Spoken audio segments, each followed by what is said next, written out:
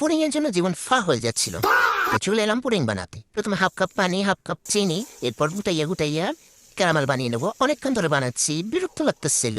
হ্যাঁ হচ্ছে, এবার হচ্ছে। এখন এক বাটিতে ঢেলে নিলাম, তোমার দেখাবো কেন, দেখাতে গেলে যদি পড়ে যায়।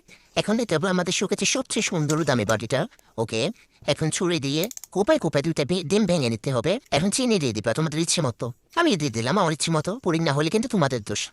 এখন ঘাইটা ডিম আর চিনি মিশিয়ে নিবা। এবার দুধ দিয়ে দেবো, একটু দিলাম আর একটু দিলাম, আর একটু থাকে কি হবে, এগুলো দিয়ে দিই। এখন চেখে নিব, দুশালা ছোটটা দিয়ে হবে না। এবার ঠিক আছে। আচ্ছা, কনসিস্টেন্সি কি ঠিক আছে? সবার কি এরকমই হয়? ওকে, এবার দুনিয়ার সবচেয়ে বড় একটা প্যান বসে দিতে হবে। পানিগুলো ফুটে উঠলে পুডিংয়ের বাটিটা জোর করে বসিয়ে দিতে হবে। এবার ঢাকনা দিয়ে রেখে দিবা, টিস্যু দিয়ে ফুটা বন্ধ করে দিতে হবে। পুডিং পতাকা খুলবো কি খুলবো না, খুলে ফেলি। এটা আমি বানিয়েছি, মাসাল্লাহ মাসাল্লাহ। এখন দুনিয়ার সবচেয়ে কঠিন কাজ, ওর শালা, ওরে ওরে ওরে শালা, হয়ে গেছে রে। এখন পুডিংটার ফ্রিজে রাখার পালা, কিন্তু আমার ফ্রিজে জায়গা নেই। থাকবো কেমন, আমি তো রাখিনি। আচ্ছা, তারপরও রাখছি। এই হলো ফাইনাল লুক।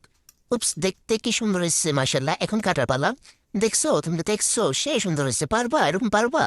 অবশ্যই আমার এটা দেখে ট্রাই করবা। কি যে স্বাদ হয়েছে, সে লেভেলের স্বাদ। টাটা।